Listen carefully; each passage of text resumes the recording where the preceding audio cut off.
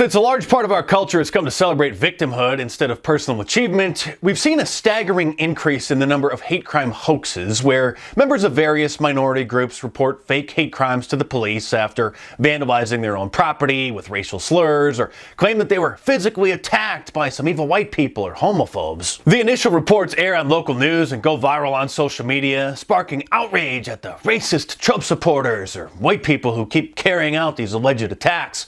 But oftentimes, when police get involved and interview the victim and gather evidence, the supposed hate crime turns out to be a hoax, and it's quietly forgotten about. One of the most popular hate crime hoaxes in decades involved the former actor Jussie Smollett, who claimed that two men wearing MAGA hats attacked him in the streets of Chicago in sub-zero weather and tied a noose around his neck, poured bleach on him, and yelled, "This is MAGA country." His story was so absurd that most people were skeptical from the start, and as the investigation went on, police discovered that he staged the whole thing, hoping to become a social justice hero. As the Jussie Smollett hoax was unraveling, Instagram took down a Scooby-Doo meme from my account, which showed the characters surrounding a ghost that they had captured after unmasking it to reveal who it really was, and the ghost had Jussie's face photoshopped onto it. Instagram said that that was harassment and bullying.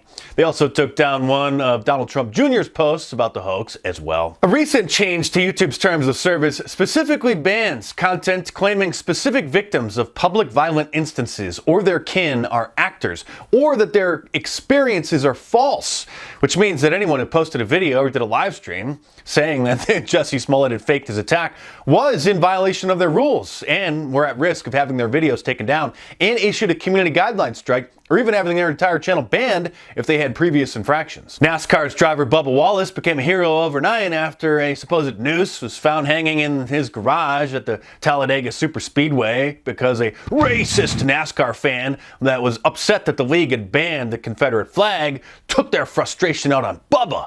And he was given a parade after he was rolled out onto the track the next day to celebrate how brave he was for going through this ordeal and standing up against this imaginary hate crime that 15 FBI agents wasted their time investigating before finally admitting what normal people knew from the beginning, that the noose was just a handle on the end of a rope which was used to pull open the garage doors at the track. But these celebrity hate crime hoaxes are just the tip of the iceberg. The media loves to use fake hate crimes allegedly perpetrated by white people to stoke fears of racism, which is mostly just in liberals' imaginations. Just after the 2016 election, an 18-year-old Muslim woman in New York claimed that Trump supporters harassed her on the subway, chanting "Trump, Trump," while trying to steal her hijab. But police launched an investigation, and then she was arrested for making the whole story up in an attempt to distract her father from the fact that she had been out getting drunk with her friends that night. A Muslim student at the University of Texas, Arlington, said that she was threatened at gunpoint by a group of white men in a pickup truck, only to later admit that she fabricated the whole story too. An Indiana man spray painted a swastika alongside some pro-Trump messages on the side of a church, even though he hated Donald Trump, and after he was caught, admitted that he wanted to mobilize a movement against him. A small African-American church in Mississippi was burned down and had "Vote Trump" painted on the side of it, causing initial reports to claim that it was done by white supremacist Donald Trump supporters. Soon after, however, a black man was arrested for the crime, and police said that he painted the Trump message on the building to throw off investigators about his true motive, which was some personal grievance that he had with the church. Stay tuned, because there's plenty more to come in this video, but just a quick heads up, Thursday is the last day to order any of my shirts from markdice.com, and be sure to get them in time for Christmas using regular shipping. So after this video, be sure to head over to markdice.com or click the link in the description below to order your Let's Go Brandon shirt, your F Joe Biden shirt, or any of my awesome designs. In Philadelphia, a black man was caught spray painting racist, anti-black, and pro-Trump graffiti on cars and businesses after he tried to make it look like a white supremacist had done it. In Charlotte, North Carolina, a small local market owned by an Indian had a rock thrown through its window of the front door and set on fire. A note was left at the scene which praised Donald Trump and denounced immigrants from non-white countries. A surveillance camera caught the perpetrator on video, and he was identified and arrested a few days later. He was black. Recently, a black employee at Emory University in Atlanta was arrested after he was caught spray painting swastikas and racial slurs on a campus building. Also in Georgia, a black woman was arrested just a month or so ago for putting messages in her neighbor's mailbox saying they were from the KKK and threatening to kill them and burn down their home because they didn't belong in the neighborhood. There's a little thing called a doorbell camera now that this moron wasn't aware of, and she got busted. Even after events like these are exposed as hoaxes, the liberal media still blames white people, saying the perpetrators have internalized all the racism that they've had to deal with their entire lives, and they started hating themselves. People even posted on social media about non-existent hate crimes right after the 2016 election that were just totally made up, claiming that they or someone they knew were victims of Trump supporters who were randomly walking around attacking Muslims or blacks. The saturation of fake white supremacist incidents spread through social media and caused a panic, as usual. Hate crime hoaxes are a specialty in LGBT communities and have been used to further their cause and gain sympathy for years, and in some cases defame a neighbor that they're feuding with. Since LGBT people are treated like endangered species by the liberal media, every time a claim is made that one of them has been harassed, assaulted, or had their property vandalized with anti-gay slurs, the activist media is more than happy to amplify their claims. But when the police discover, as they usually do, that the victim made up the whole thing, the story is dropped like a hot potato and the media just moves on to cover something else. For example, after a transgender man who was a prominent LGBT rights activist in Michigan had his home burned down, killing 5 pets, the FBI investigated it as a hate crime, and the incident was used as leverage by this person to help pass a local ordinance that prohibited discrimination against gays, even though there's already tons of laws about that. But authorities later arrested him for the crime and said that the motive was to create publicity to help pass more gay rights legislation. A lesbian waitress in New Jersey collected thousands of dollars in donations after she claimed that a couple wrote on their receipt that they stiffed her out of a tip because she was gay. Her story immediately unraveled and she was fired from the restaurant for lying and had to return the donations. A lesbian couple in Colorado were charged with criminal mischief and filing a false police report after they spray painted some anti-gay messages on their own garage door and said they suspected their neighbors had done it.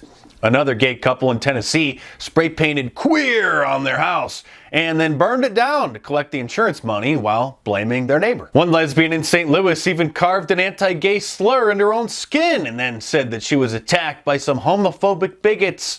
At Connecticut State University, a lesbian wrote some anti-gay notes and slid them under her dorm room door, which then resulted in students holding a solidarity rally to show that they're not intimidated by hate. A surveillance camera caught the lesbian on video planting the notes herself, and she was charged with filing a false police report. With the rise of social justice warriors plaguing American universities in recent years, such instances are now commonplace.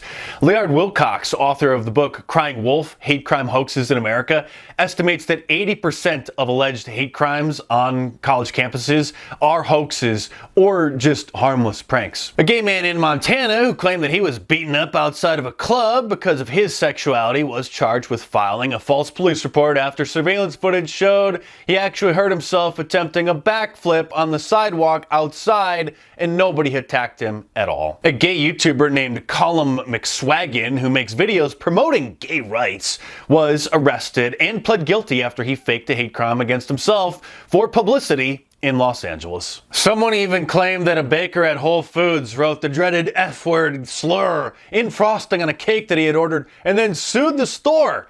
But once again, surveillance footage showed the truth and proved that when he left with the cake, there was no such thing on it, and he too admitted that he wrote it on the cake himself after he bought it. There are so many more of these LGBT hoaxes that they could fill an entire book, but it seems every minority or protected group engages in these kinds of false flags.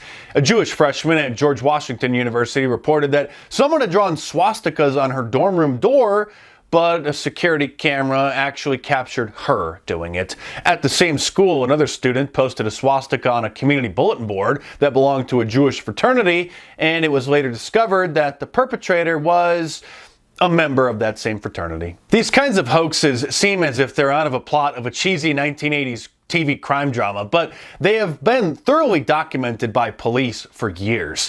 One has to wonder how many more hate crime hoaxes don't get exposed because of undiscovered evidence which would prove that they too are fake. It's probably 10 times of what we know. An African American community center in Seattle was vandalized with racist graffiti including the N-word and "Vote Trump," and as you can guess, an African American was arrested for the crime.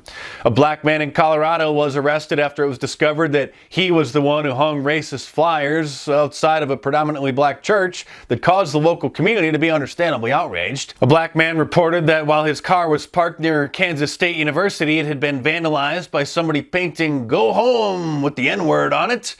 A photo of the damage went viral on social media, only to later be exposed as another false flag, and the man admitted that he defaced his own car and filed a false police report. Another black student at the same school posted a photo of a note on his Twitter account that he claimed had been put on the door of his apartment with the N-word on it.